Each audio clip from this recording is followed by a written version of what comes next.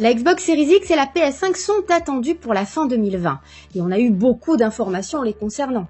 Au-delà du design des deux consoles, on a vu passer des jeux et Microsoft va revenir à la charge en juillet avec ses titres first party. Comme je le disais dans une précédente vidéo, une seule question reste entière jusqu'à présent, le prix des consoles. Et je ne parle pas que de la PS5 et la Xbox Series X, mais aussi de la low carte et la PS5 digitale, les deux petites sœurs des consoles. Même si dans le cas de la low carte, déjà baptisée par beaucoup la Xbox Series S, la bécane n'a pas encore été officiellement dévoilée. De ce qu'on raconte du côté de chez Eurogamer, ce devrait être le cas d'ici le mois d'août. À voir. En attendant, nous allons faire le point sur les dernières estimations des spécialistes concernant le prix de toutes les machines. Commençons par la low carte, puisqu'elle n'est pas encore officielle, c'est plus drôle. Elle est déjà présentée comme la Xbox Series S, sans lecteur Blu-ray et offrant donc une alternative moins chère que sa grande sœur avec une puce graphique moins puissante, forcément, entre autres, un système de refroidissement moins éloquent et sans doute un style plus commun. Pour son prix, avait été évoqué dans les $200 et selon certains analystes, dont Benji Sales, ce serait un peu plus puisque ce serait précisément $299, donc on est plus proche des $300. Ce serait précisément $299. Toujours d'après lui, la console pourrait d'ailleurs proposer un abonnement Xbox All Access à 24,99€ par mois pour 2 ans.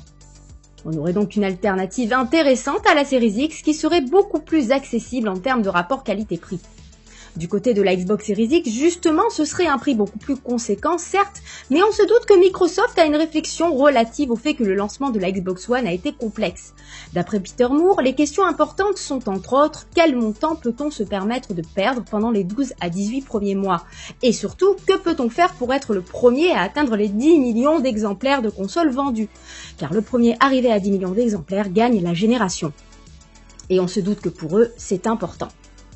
Beaucoup de rumeurs pensaient à un prix moins cher que celui de la Xbox One pour être le plus agressif possible et ne pas reproduire les erreurs du passé, mais pour d'autres, le prix le plus sensé serait de 499€.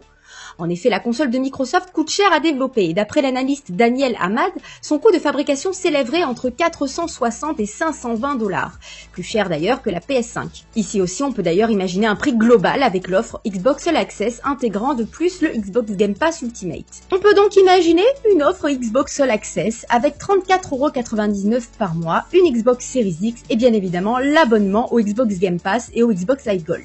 Côté PS5, si le prix qui ressort le plus serait 499€ pour la console classique et 350€ pour la version digitale, on a eu récemment une rumeur sur le prix de la console et ses accessoires sur Twitter. En effet, un utilisateur baptisé Ironman PS5 a posté différents messages dernièrement avec des grilles de tarifs relativement cohérentes avec les prévisions des analystes. L'internaute évoque 399€ pour la version digitale de la PS5 et 499€ pour sa version classique. La station de recharge serait vendue quant à elle 30€, tout comme la télécommande, et le casque coûterait quant à lui 180€. La DualSense coûterait dans les 60€. La date de sortie mentionnée dans ces messages est le 20 novembre, et ça colle une fois de plus avec les prédictions des spécialistes. Nous en avions déjà parlé dans une précédente vidéo.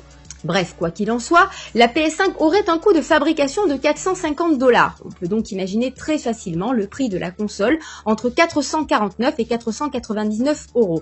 Et perso, je penserais plutôt sur 499€. Encore une fois, c'est ce que nous avions évoqué précédemment. On peut donc imaginer très aisément le prix de la version digitale de la PS5 avec une cinquantaine d'euros en moins. Donc entre 399 et 449€. Enfin, notons que Microsoft et PlayStation n'ont pas la même stratégie. Du côté de chez Microsoft, le Xbox Game Pass est la priorité. La firme a annoncé avoir dépassé les 10 millions d'abonnés à son service et c'est clairement ce qu'elle vise, vendre des abonnements. Phil Spencer disait récemment, je cite, « Nous sommes dans le domaine du loisir. Nous ne sommes pas obligatoires. Nous ne sommes pas de la nourriture, ni un abri. Nous voulons être sûrs de fournir la juste valeur aux consommateurs. Le prix va être important, mais notre stratégie s'articule surtout autour du joueur et pas de l'appareil. Si une famille pense que ce n'est pas la bonne année pour acheter une nouvelle Xbox, pas de problème.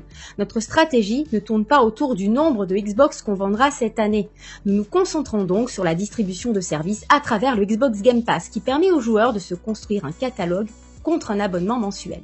Si les abonnements rapportent beaucoup d'argent à PlayStation, il est évident de toute façon que les deux constructeurs n'ont pas la même vision des choses. Bref, en gros, on partirait donc sur ça. La low carte ou Xbox Series S entre 299€ et 349€. La Xbox Series X serait quant à elle vendue 499€. Côté PlayStation, la PS5 digitale serait vendue entre 399 et 449€. Et enfin, la PS5 classique serait vendue à 499 €. Bref, tout cela tarde à venir et on a hâte d'avoir des précisions. Et même si la Xbox Series X sera plus puissante que la PS5, les deux consoles se vaudront sur ce terrain-là.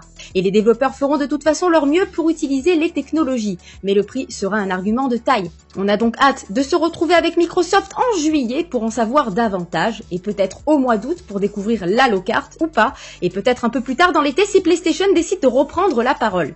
Le mois de novembre arrive sur les chapeaux de roue et si les consoles doivent arriver en fin d'année, ce sera forcément au mois de novembre et il faut avancer sur cet aspect. Pour ceux qui ont la mémoire courte, je rappelle que la PS4 et la PS4 Pro ont toutes les deux été vendues au mois de novembre en 2013 pour la PS4 et en 2017 pour la PS4 Pro. Bref, n'hésitez pas à me dire ce que vous en pensez. Quel est votre avis sur ces prix? Combien vous seriez prêt à mettre pour une console? Qu'est-ce qui vous semble cohérent? Et bien évidemment, merci d'avoir été avec moi pour cette petite vidéo bonus. En tout cas, j'espère que ça vous a plu. N'hésitez pas à mettre le petit pouce bleu et à bien vous abonner pour ne rien manquer des prochaines vidéos. Et puis, comme je le dis à chaque fois, c'est concrètement la chaîne. Des gros bisous et à très vite. Ciao!